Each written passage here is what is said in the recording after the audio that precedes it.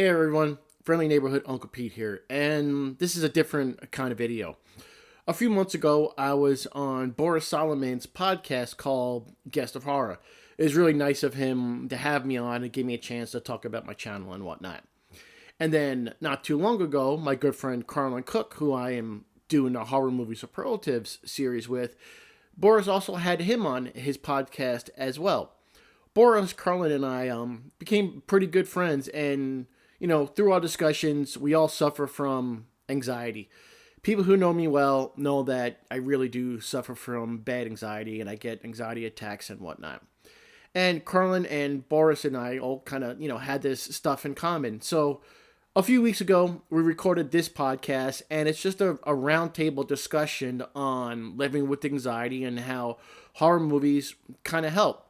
So if you want to check this out, I would really appreciate it. Just stick it on in the background and give it a listen.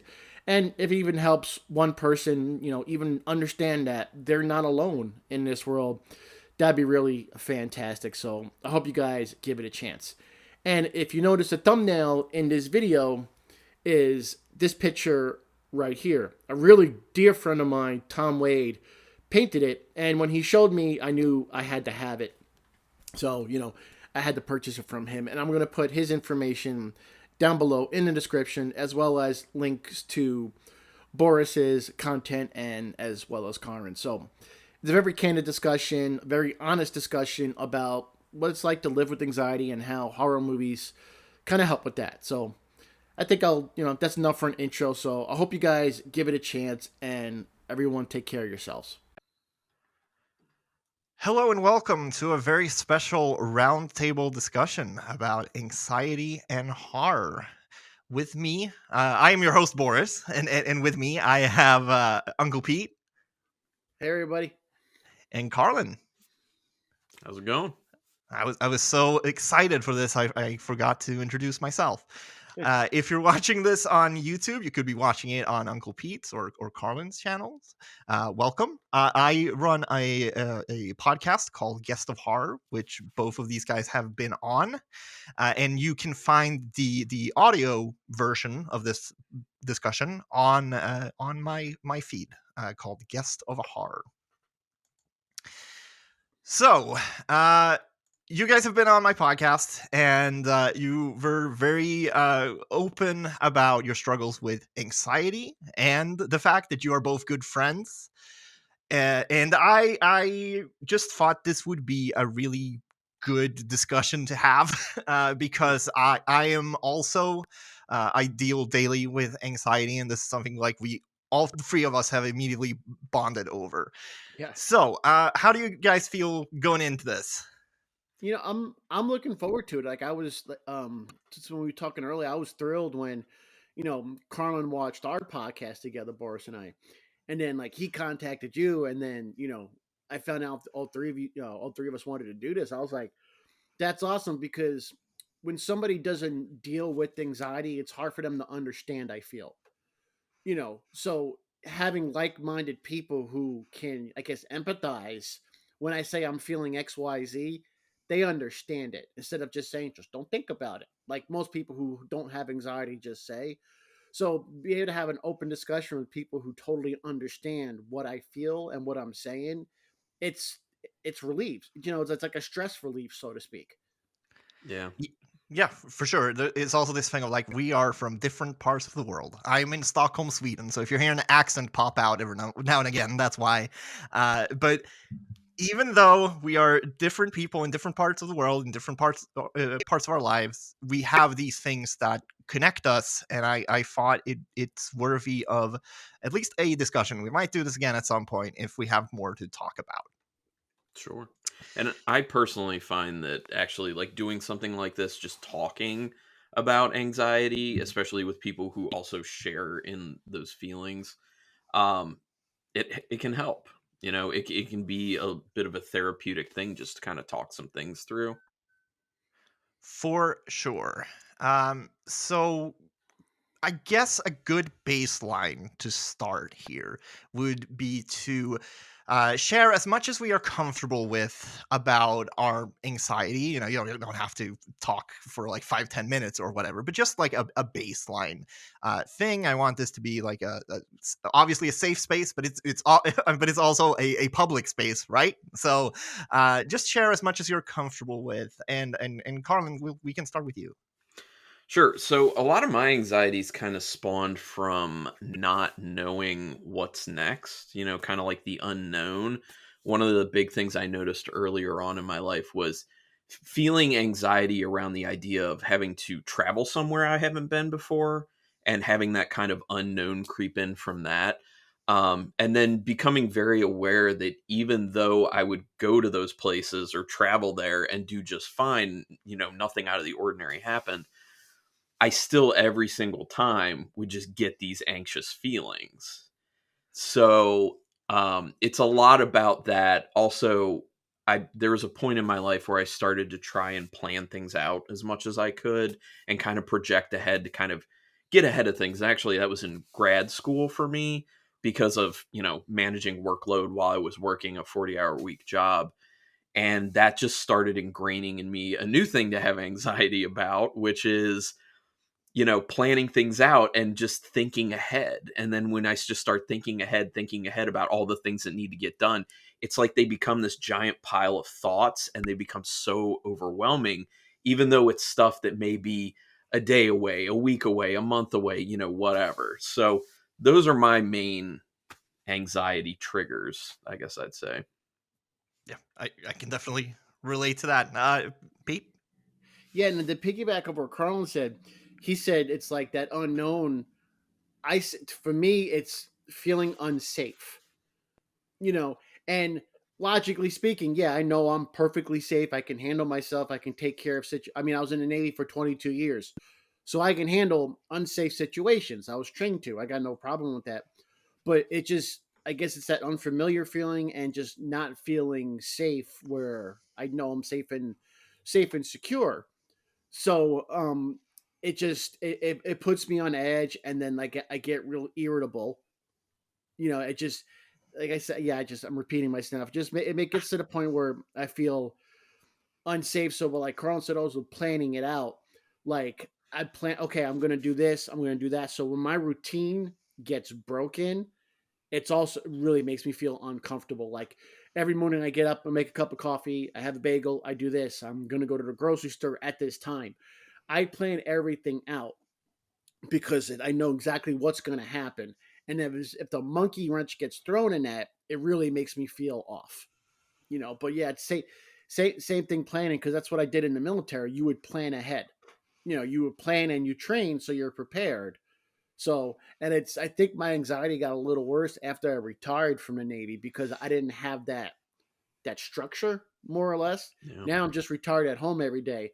In the military, I traveled. I traveled all the one world. I was in dangerous situations being in the military, and I kind of held it fine. But now, since I don't have that structure, sometimes I can feel my anxiety getting a little bit worse sometimes.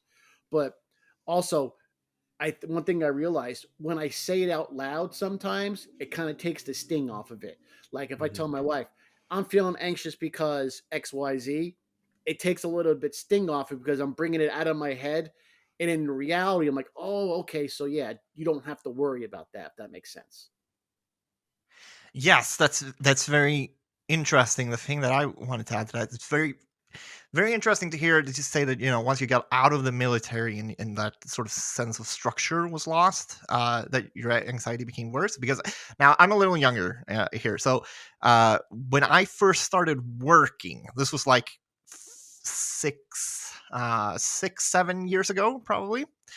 That's where my anxiety kicked in, because all of a sudden I was on call. All of a sudden I had to perform at certain times. I was no longer in college where I could if I didn't if I didn't do my regular work that I had planned out for the day in college, well, as long as the paper is due in whatever weeks or whatever, I could just postpone that, or I could just say, hey, I'm having a mental health day. For me, it got a lot worse when I got into actually working and having to be on call and like following a schedule and stuff like that. Like that was really, really tough for me. And that was the point where I realized that I had to like start medication and therapy and all that. So I just thought that was interesting.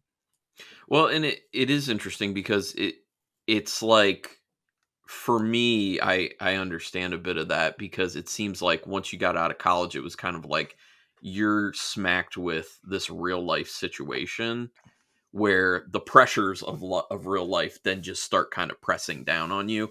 And I feel like that's also something that's worked on me ever since I got out of like kind of like the protective cover of something like college, because when you're a kid, you don't have to deal with the pressures of life. Then you're in school, you don't really have to deal with the pressures of life other than what's going on in school, so it's like you have one focus. And then college, kind of the same. And then once you're out of that, it's just like the world's just like throwing so many things at you. It's like, make sure you perform well at your job. Are you going to get more education? Because you're going to have to do that at the same time. Don't forget to go get your groceries. Better clean your house. Are you going to have a house? You need to pay that mortgage. Like thing after thing after thing. And it just gets to be a lot. And that's why I think that a lot of people who probably don't talk about it also have anxiety, and a lot of it, I'm sure, stems from how high stress society's become. Yes. One thing that I was thinking about was like, well, actually, I've had anxiety for pretty much as long as I can remember. Like some of my earliest childhood memories are like panic attacks, which I didn't know at the time that they were panic attacks.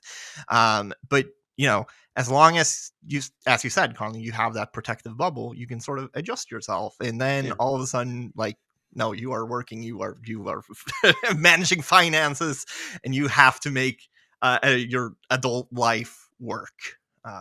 See, it's funny how you said protective, because I was almost on the other side of the coin when I retired, because when I was active duty, when I put that uniform on, I felt like I was just, Carla knows I'm a big superhero fan. When I would put my uniform on, I felt like it was like an Iron Man outfit, or, Spider-Man putting on its outfit. I felt protected having that uniform on. I felt safe having that uniform on for whatever reason. So again, when I retired, that was, I don't want to say taken away, but I had to medically retire after 22 years. So that's why I think my anxiety got a little worse, because I felt safer in uniform. I felt safe on the ship, going to foreign ports. I felt safe in that environment. But I think a lot of it is the unknown that came after I retired, because I don't have to go to work every day now. I'm retired. I'd sit at home. I was like, okay, where's all that structure? Where's all that structure I was so ingrained in for, the first 40 years of my life, from growing up, and then, 18 years old, boom, I left for the military. And then, okay, now I'm retired now. So it's just, yeah, I could totally understand. It's that whole thing with, it sounds like we all have different aspects of the same thing, just different, feeling safe, feeling protected, stuff like that. Yes. Kind of sounds to me like what you were describing about, putting on the uniform and kind of like feeling different. There was just like a different mental mode that you would get into because you had something to focus on, something to occupy your mind. And I totally feel that. And this is how I'm going to tie it into film in general, horror film in this instance, but film in general. Like, that's an escape. That's a focus. It's something you can immerse yourself into that's not your life, that doesn't have the pressures of your life, that doesn't have the actual things that trigger your anxiety within it. You're experiencing a different world that's kind of like fantasy. It's taking you somewhere else and occupying your mind for that time. And for me personally, like, I've always had this feeling where after I'm done watching a film, I feel more relaxed. I feel more calm. I feel like, I don't know, kind of like I just like got a full on massage and I'm just like good. And it's funny what you say about escape, because it's like the horrors in real life are more scary than any horror movie out there. Like, we all know in real life there are no dream demons. There are no unstoppable killers that if you shoot them a bunch of times they're going to still come out after you. There's no, real life. There's no monsters and, flying creatures and stuff. because real life is more scary than that. Just because people are more scary than that. So it's that escapism, like, oh, I'm safe in this because I know none of this can really ever happen to me. But that's why when you got horror movies where it it's grounded in reality, those I find real terrifying, and my Yeah. anxiety can go up while I'm watching them because, you know, when we all watch movies, you put yourself in the position when somebody dies. Okay, how would it feel to get killed that way? You know, and that's how you get to the excitement of it. So when a movie's grounded in reality, like with bullying or something like that, I find it much more terrifying. Like I've told Carlin, I can't watch movies that deal with SA. It just, you know, sexual assault. It makes me very, very uncomfortable. That I just like, I'll have to skip it or whatnot because that's grounded in reality and something that can actually happen to people. So movies with that, I won't not watch the movie, but I'll just like, okay, skip past it. Yeah, I'm kind of the opposite of that, Mm, which is I really look for films that will challenge me. Like that will make me uncomfortable, that will, Mm. you know, like I don't know what it is. It's probably the same like part of my brain that really loves true crime, mm. right? Of like, Yeah. this is awful, but I am in a safe environment watching the awfulness. um, but yeah, I think a thing that I wanted to ask you guys was like, what type of horror do you usually gravitate towards? I'm gonna go with the typical. I love the typical slasher where you get the unexpected hero.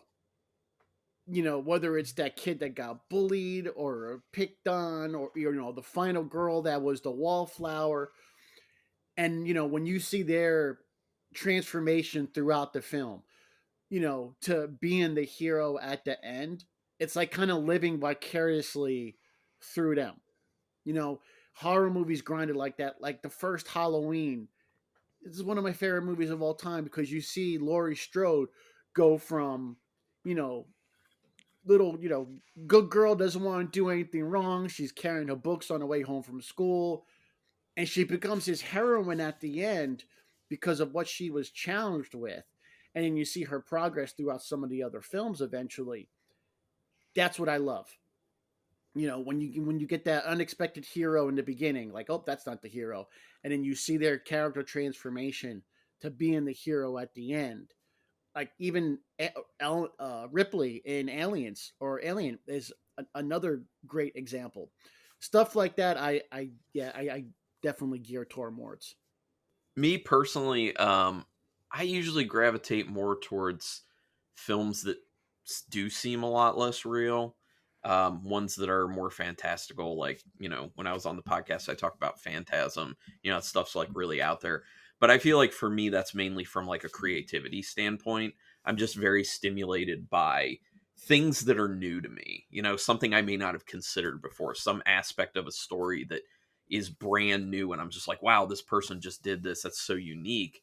Also, on the other side, movies that are just terrible, like so bad they're good, because you know, there's a laugh factor there. You know, I can watch it and be like, oh my gosh, this is just so fun and funny, and I can laugh to myself at how bad they are. So yeah, it's mainly those types. I find myself not going towards some other things, like not a big fan of found footage. A lot of the times that's just because of the style of how it's done. Like, I like nice smooth camera work for the most part, and obviously found footage, like the whole point is it's like someone's kind of like running with the camera. It's very rough. Also there, it usually gets drawn out a lot longer because that's kind of the style. It's like real life happening right now type stuff. Also, like, not big into like hauntings, just because I'm not a ghost person. I don't really believe in the concept of ghosts, so it doesn't really do a whole lot for me. But I will say the Haunting of Connecticut, it's not a great movie, but it is pretty terrifying, I will say that. And what's the other, there's one other one. Oh, like possession films. But for me, that just becomes the fact that they all feel the same. And zombie films in the same vein, a lot of those end up feeling the same, but every now and then there's some Yeah. interesting ones. And one thing I find Yeah. with the I'll enjoy any horror movie if you lose that concept of like reality. You know, like Yeah. if I can live in this person's world, if the movie can draw me into that, I enjoy it so much more. Like if I could put myself as a fly on the wall, like no, I'm inside the warehouse right now. Like I've told both of you guys, my favorite movie of all time is Return of the Living Dead. So Yeah. when I watch that movie, I'm right there with the punks partying, or I'm with Freddy in the medical supply warehouse. If a movie can pull me in like that, and I can't say anything specifically that happens, it's just maybe the directing or just the cinematography. If a movie can pull me in and make me like a third person in there, I'll definitely watch it. And I think one person who does that perfectly is John Carpenter. His films pull you in. Like Christine, you're sitting in the car when Yeah. Arnie's driving. You're sitting in the car with Arnie, and I think John Carpenter does a really good job at pulling you in to his universe. Yeah, I think I have a similar thing with Italian horror. Because a lot of those, like, they, and sometimes some of those movies rare, like, they don't feel like movies. They just feel like you're watching weird Yeah. art pieces. Yeah. Yeah. And it really, it's like it. That's one of those things where, like, I totally understand someone being like, giallos, like, those are nonsensicals. I don't like them. Like, yes, fair criticism, but like, Yeah. for me, like, I'm just drawn into that world and like put in a trance for like 2 hours. Carl and I did a long a marathon last year for his birthday, and we watched like 8 giallo films in one day.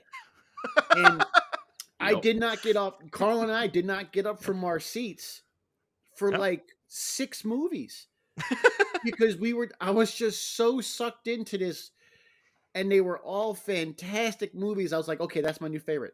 Okay, that's my new favorite. And I Yeah. fell in love with the characters, like the strange vice of Mrs. Worth.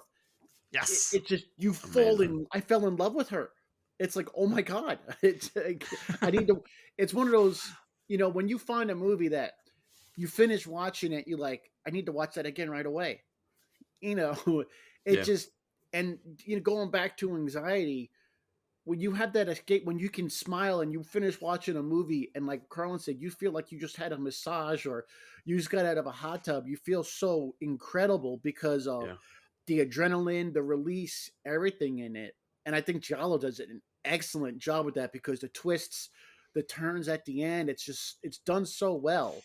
So yeah, when a movie hits, it's awesome. Yeah, so I think there's is interesting with horror. There are like these two opposites, right? Of like the old slashers, like the Freddy and Jason movies, or like the giallos, of like these really fun, like, you get put in a trance and just escapism, right? Hmm. And then there's this other part of horror of like talking about just not social anxieties, but like anxieties that we have as human beings on this earth. Right, like Candyman, Get Out. There's so many Yeah. examples of this. One that hit really hard for me was Hereditary, just the way it like talked about family, about not getting along with family, and that was something that really, at that point in my life, hit really hard for me. Hmm. Yeah. Yeah. It's in. First of all, Hereditary is insanely intense.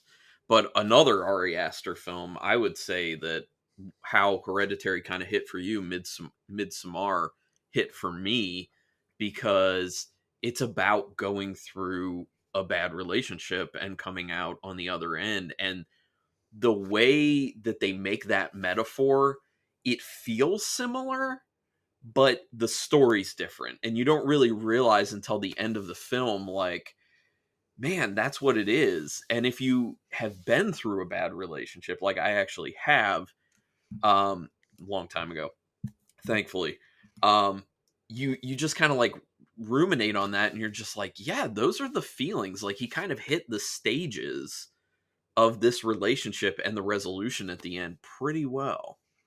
I'm trying to think of other examples of like movies that hit like this, but Well, you were talking about kind of the anxieties as people that we Yes. have. And one of the big things that's just been known by a lot of academics, especially about the horror genre, is the idea that whenever the horror films are being made, for the most part, they're reflecting societal ills. They're reflecting the issues that society is dealing with at that time. There's a really great horror documentary called Nightmares in Red, White, and Blue that Mm. kind of goes over each decade and what the common threads amongst horror films were at the time and how that translated to what was happening in the world at that time. And it literally is the best showing of how, horror filmmakers are taking our anxiety and they're putting it on the screen to reflect it back to us to make us aware of what we're anxious about. Yeah, like I was thinking about this when Uncle Pete and I did my podcast where we talked about Black Christmas, and like I don't think it's a coincidence that like Black Christmas, the Texas Chainsaw Massacre, the Town That Dreaded Sundown, like all those movies came out in a similar time span of when like serial killers were, just terrorizing America. Yeah. Well, I mean, consider, the whole post 9/11 situation. That's when it seems like violence in a lot of horror films didn't, it didn't become more because there had always been violence, but it seemed more real. Like they went for more realism. They wanted to look more gritty. They wanted more realistic performances when people were being tortured and or killed. Like that's a Well, prime yeah, example. a lot of people, a lot of people will sort of poo-poo on films like Hostel and Saw and stuff like that, but it's very easy to see the correlation between, uh, Guantanamo. I remember very vividly, like, the invasion of Iraq being broadcasted on television live as it happened. And especially with stuff like that, it kind of feels like indulging in that type of stuff as far as horror films go. It's like it prepares you to see what you're going to see and experience what you're going to experience, that ends up being on the news, that ends up being nowadays on social media, where you're going to see carnage. You're going to see the carnage even if you want to or not. You're going to, something's going to pop up on the screen, or you're going to scroll past something that you weren't quite prepared for on a visceral level. So it's kind of like horror films, by being more violent, by being more real in its violence and torture and death, is preparing you in a sense to experience that. So maybe it kind of deadens the blow in a Mm. way. And then let's see another uh, aspect of the horror, horror films that I love. It's also like that reluctant hero, like Mm, Ash in Evil Dead, or sure. even McCready in The Thing. Arguably two of the most, you name top 10 horror movies of all time. The Thing and Evil Dead are most likely going to be in people's top 10. And I gravitate towards those movies with that reluctant hero, kind of like to what I was saying earlier, because it's living vicariously. You know, Yeah. you're living vicariously through these people because you admire their bravery, their drive, their determination, and everything. Not that you don't see it in yourself. I think because you do see it in yourself, why, you live through those people. Why, I love people like I love Ash and McCready and Laurie Strode, because you see aspects of what you have inside in those people lived out on the screen. Yeah. Yeah, something that I think is powerful about horror is that how many like heroes and heroines are just regular people, right? Like everyone always talks about Die Hard as being this like, oh, he's just a security guard. He is an amazing human being.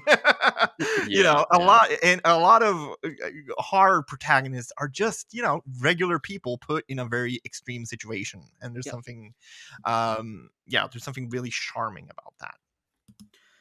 It's kind of interesting because I'm sitting here and I'm thinking about it, because for you, Uncle Pete, you're talking about, like, ordinary people, rising to the occasion, basically. And it's interesting because different aspects of your life, what you're interested in, are different modes of that. Like horror, obviously, it's usually people being thrown into a situation where they have to do something, like they have no choice for the most part, so they rise to the occasion.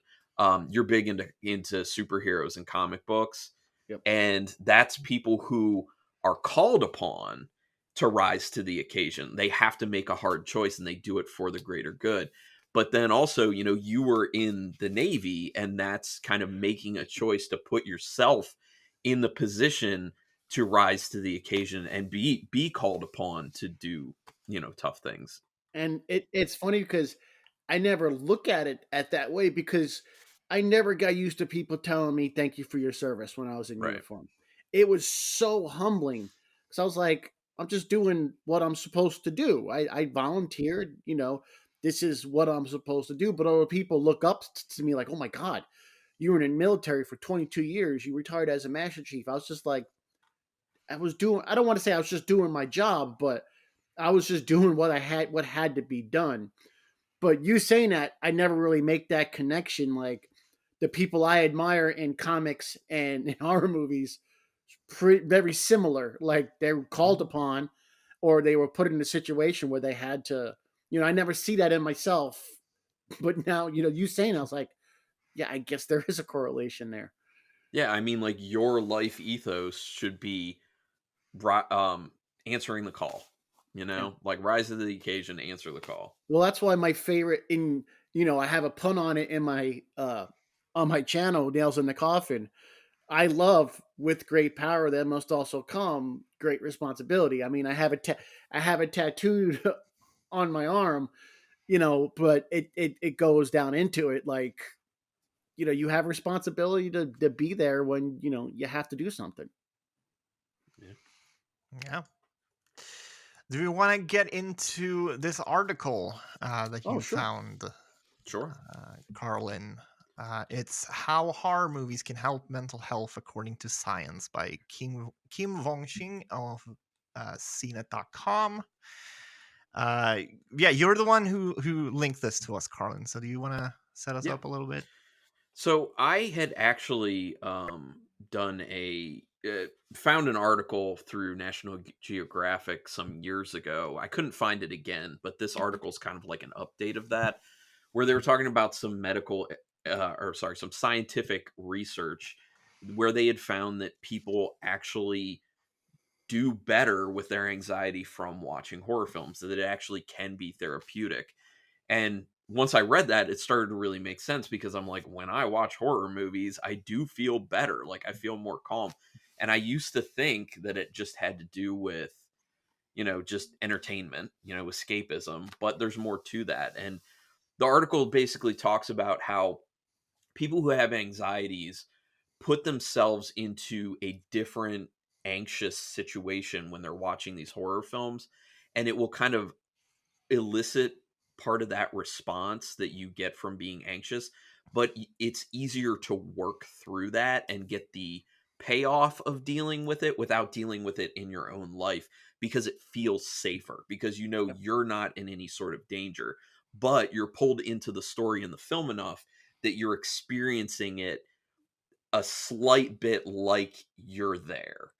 So it literally kind of like gives you the calmness after the film from a scientific standpoint that you would get through dealing with an intense situation that makes you anxious in real life. So that was kind of the crux of it. Yeah, and one part about the article that I want to talk about, because I was like, when you read something and you feel like you wrote it because it's exactly how you feel. There's a phrase, there's a part that goes, but in people with anxiety or trauma, the fight or flight response has a bit of a glitch. Our brains react to normal everyday occurrences as if they were a major threat to our lives. And because there's no real threat, just a general vague sense of doom, we rarely get any sense of resolution or relief. And I was like, exactly. You're like, no, it's not logical when me saying I feel unsafe going to the grocery store or whatnot. But, I always have that catastrophizing in the back of my head. So when you watch horror movies, you get that relief. Yeah. You can get that relief on it. And I think Boris and I spoke about this when we did his podcast. It's the same way why I love heavy metal. I listen to death metal and black metal. He's from Sweden, so I know he knows exactly what I'm talking about. Yep. And people like, can you fall? I said I would fall asleep listening to heavy metal. Like, how can you fall? It's relaxing. And it's the same thing with horror, because it gives you that release that you don't get that I guess I don't want to say normal people because there's no such thing. Right. But that's why I like that phrase about, there's not that release because you live with that anxiety. But, horror movies, it gives that to you. And that sentence really summed it up for me. I'm like, yep, the person who wrote this knows exactly how I feel. Yeah. And there was another part in the article where it was talking about how they found that people with anxiety and people who like horror films share what they termed morbid curiosity, as wanting to know about dangers, like getting further into it and really digging into things that are terrifying, things that are a danger to people potentially. And that when I read that, I'm like, that obviously makes sense because I'm super curious about this stuff all the time, especially when I'm watching horror films. And then I think, Boris, that also fits into the true crime aspect of what, you liking true crime stuff. I actually do as well. So Yeah.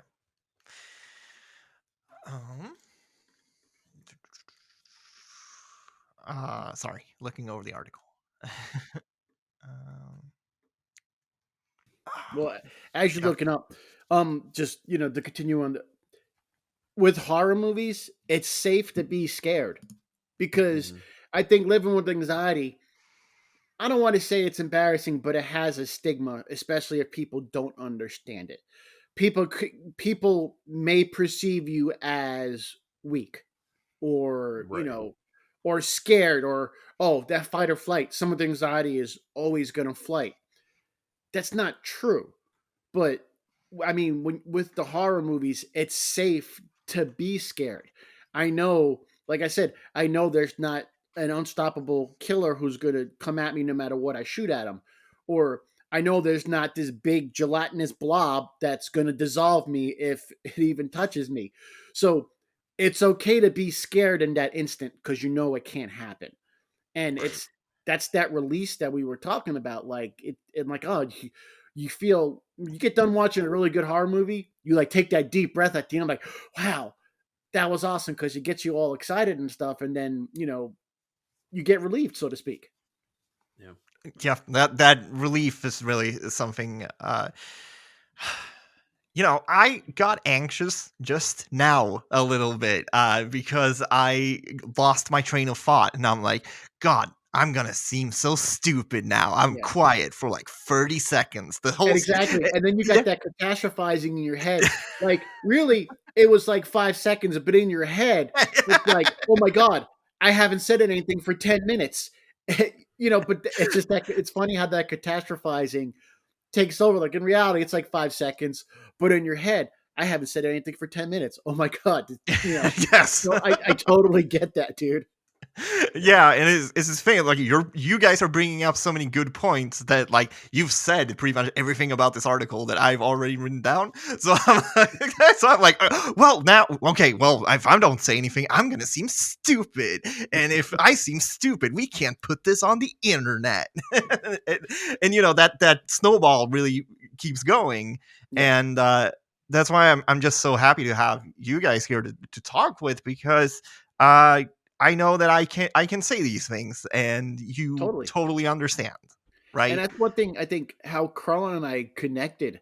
Because I was on YouTube years ago and I was looking at unboxing videos on something. And I came across Carlin's video. He was doing an unboxing on a horror box. And I liked this. So I'm like, hey, this is a pretty cool channel. Let me watch some other stuff. And I saw he was doing movie reviews. So I was like, all right, dude, I think he mentioned, hey, if you have anything you think you would like me to cover. So I subscribed him, like, you have to cover Return of the Living Dead. So like nonstop for like a couple months, I was like, no, dude, you have to watch Return of the Living Dead. Because I wanted to share in my enjoyment in that movie. And he watched it and reviewed it. And then, we just started contacting through YouTube, and then it's snowballed. So now, like every 2 weeks, we do Carlin started this watch party. We've been doing that for like over 2 years now.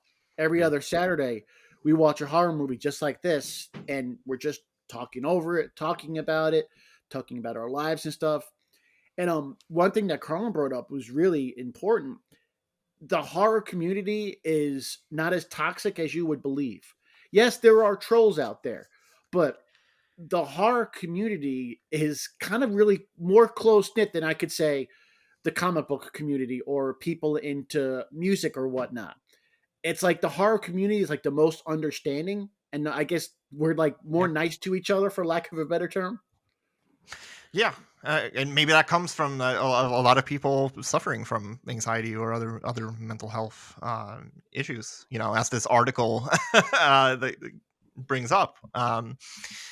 For me, the idea to like sort of do a YouTube channel and podcast like that came before talking before I made the decision to talk about horror, but Mhm.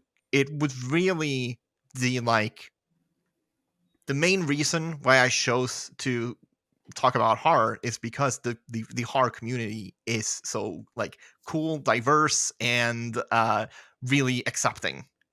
And Yeah. I don't know, Carlin, has that been your experience as well? Yeah, and actually, I was individually, and I think we all start this way. I was individually into horror initially. Like I wasn't experiencing horror films with other people or as a horror community. When I first started going to horror conventions, I don't know, like a little bit under 20 years ago, I just became very aware of how much of a community it really is. Like crowded people, bumping into each other and people apologizing. And like I like stepped on someone's foot and someone didn't immediately get mad like I feel like they would have in regular everyday life. They were just like, "Oh no, no, no, all good, man." And then another time when I went to like a vendor's booth and I was looking at some back issues of Rue Morgue magazine that I was interested in, and another person looked and was like, "Ooh, I was thinking about buying that, but since you're holding it, if you want to buy it, go for it, man." Like I just saw so many people coming together and just being nice. And I'm seeing that also now online, specifically like on Twitter. Yes, like Uncle Pete said, you get some people out there who just want to be jerks. But I've seen a lot more of the good stuff. People just being nice to each other, people reaching out to each other and lifting each other up when someone said, "I'm having a hard time right now," or "I'm struggling." People doing mental health check-ins with people, even if it's just kind of throwing it out on there and saying, "Hey, horror community, mental health check, where are you today?" And then people will jump in and kind of go back and forth and be like, having a rough day. And then someone will kind of break off of that and be like, "Hey, see, you're having a rough day. You want to talk about it?" Or, sending you good vibes, or sending photos of their pets, like hope Mhm. this makes you feel better today. Yeah. Even small things like that. There's been a lot of good. And I think we just need to keep, as a horror community, we just need to keep feeling fine about talking about how we're doing.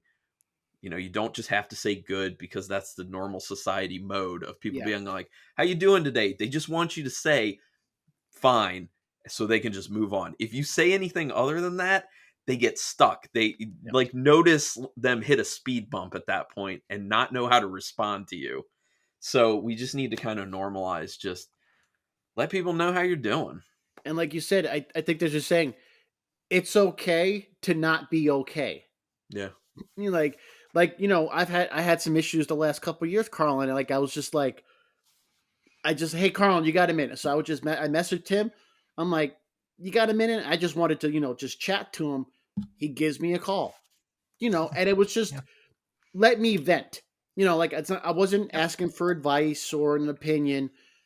I just need to tell somebody how I'm feeling, to somebody who would listen and say, you're going to be okay. Yeah. Not necessarily say, I understand what you're going through or anything like that, but just someone to actually listen and say, it must be difficult to go through that. And then Yeah. it's like, you almost feel like a different person afterwards. Like, oh man, I feel so much better, just to get that weight off my chest, because there's a stigma that comes with anxiety. Like I said earlier, someone could perceive you as weak, or not as strong, or not as brave or whatnot. Like you just can't handle normal stuff. It's got nothing to do with it. And I think it's courageous for someone to say or admit, I have anxiety because of this. Or if someone told me, I get scared to go to the dentist because I feel like the drill is going to drill through the back of my head. It's a legitimate way that person is feeling, whether or not there's logic behind it. That's how that person is feeling. So it's real to that person.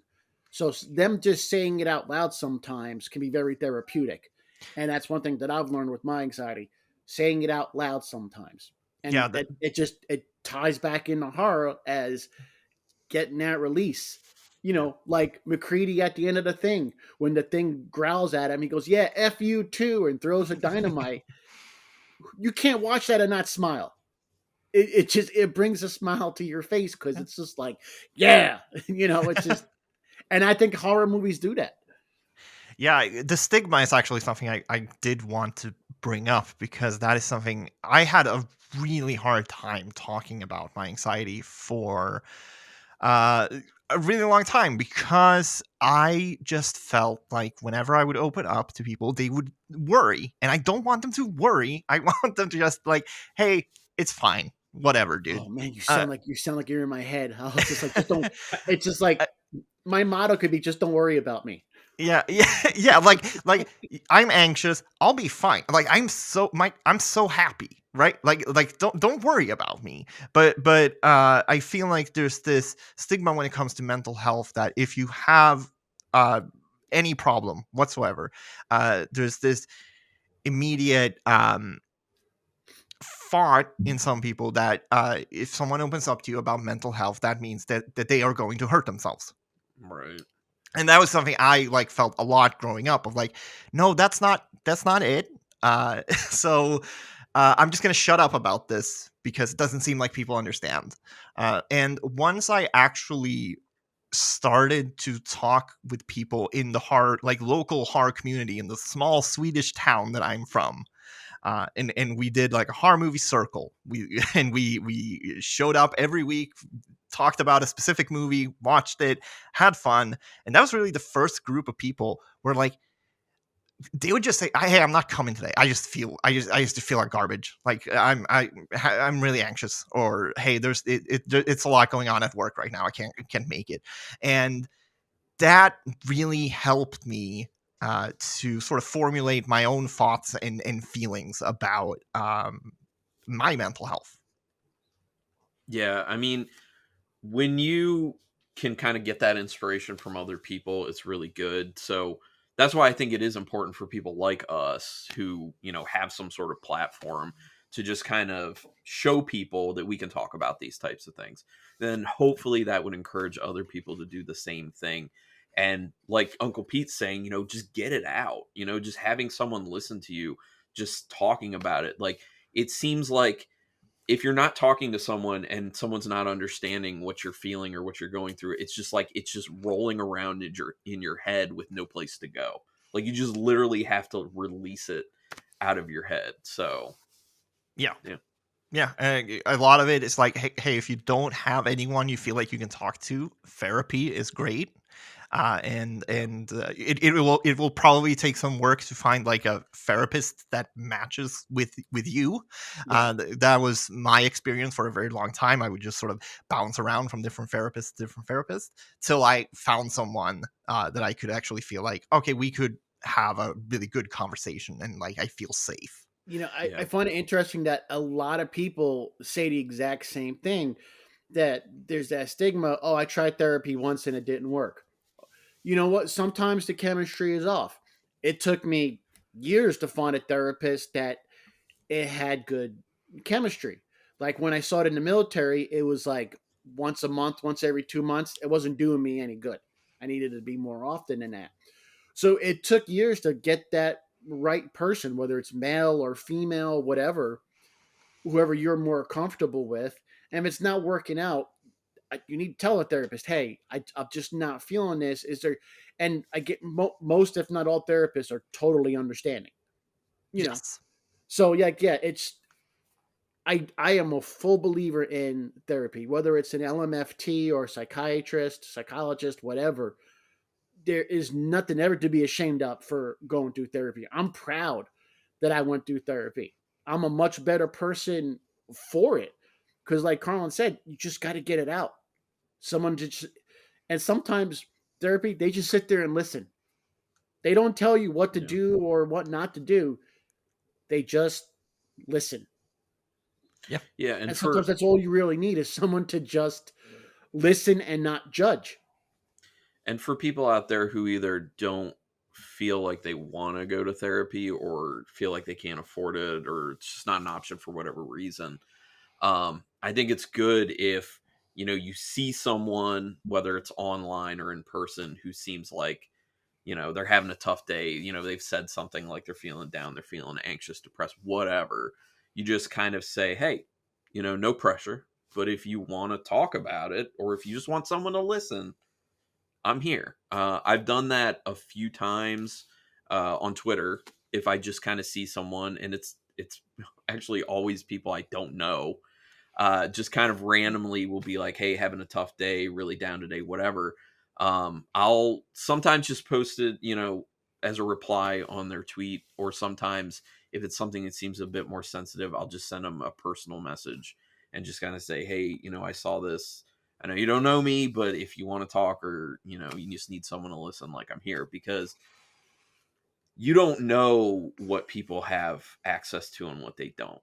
And I see myself in some of these people who are just saying, like, having a rough day, you know, could really use some good vibes. So I would kind of hope that if I were to ever throw something out there like that, that people would kind of say, hey, you know, do you want to talk, or just want me to listen to you? Like, I think I didn't click in therapy because I was going to someone's office and sitting down. And then when the pandemic hit, all that stuff started happening online. And suddenly I'm way more comfortable because I am in my own home. Yeah. Talking to someone online, which is something that, you know, I play games, I do this feels Yeah. comfortable to me. Mhm. Right.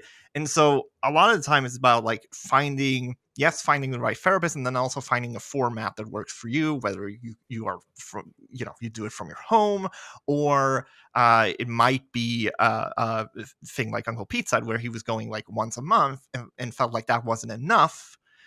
So then you'll have to go more often. And then that brings up this other long conversation that I don't think we can get into today, which about healthcare and cost. Mm, And yeah, which, you know, very different over here in Sweden than it is in America. And I yeah, would love to actually hear your experiences about that stuff.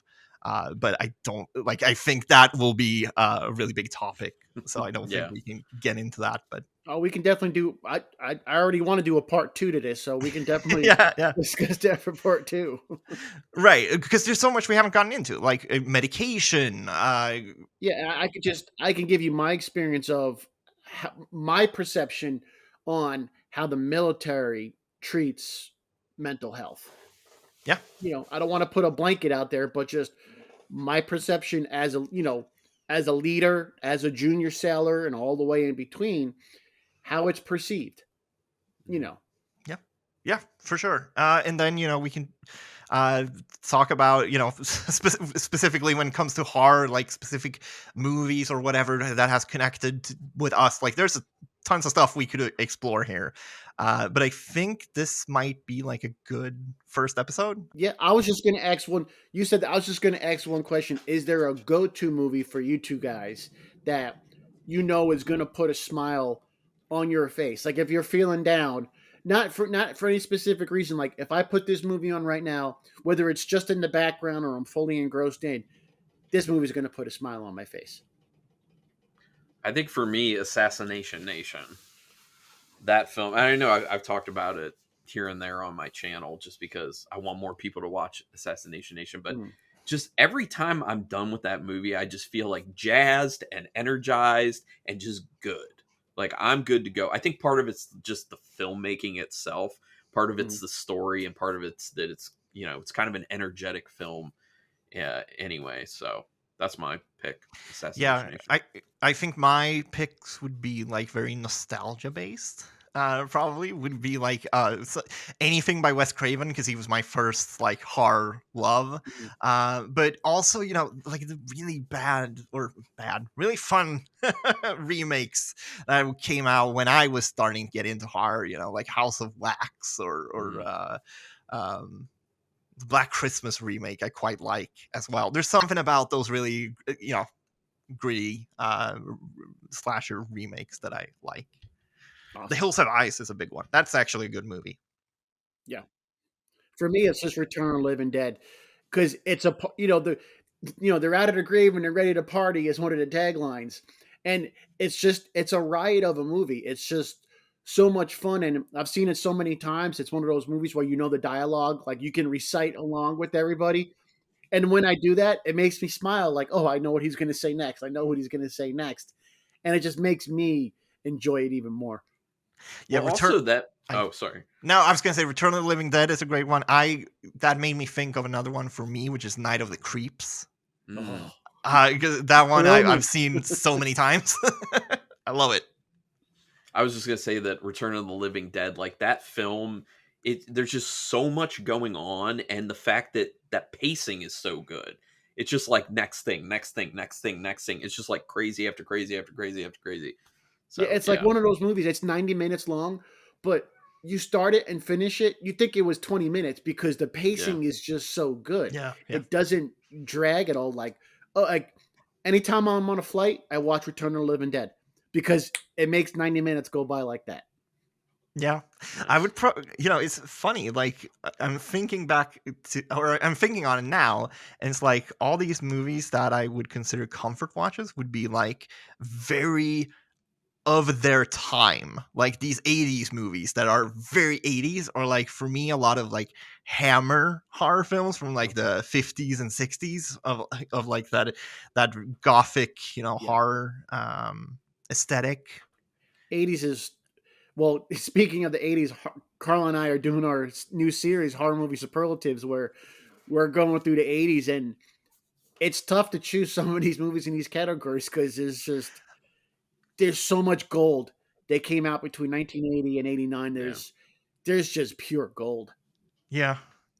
I was watching one of you guys' video, and I'm like, the hell did they not pick this for most amazing? And then there's like 10 other movies that I could have said the same thing about. Yeah. And that's and talking about the community, the feedback that we have only had one video out. 1981 comes out tomorrow. But the feedback on their first one, I was blown away. So many wonderful commented like, oh, I love your guys' picks. Oh, I have all these new movies I need to go find because you guys spoke about them. You glowed about them. Now I need to go find these movies. And that just makes me feel incredible that someone wants to go find a movie out because they saw my excitement for it. So the community is pretty awesome. Yeah, Pete, you had one on there that I hadn't seen about like killer crabs or something. Oh, yeah, Island Claws. I didn't know about that one. Yeah. I had no clue, but yeah, you better believe it's on my list now. Yeah. And even Death Ship, people are like, oh my god, I've never heard of Death Ship is a wild ride, Yeah. Yeah, that one's been on my list. I just got to bump it up now. Just so much to watch.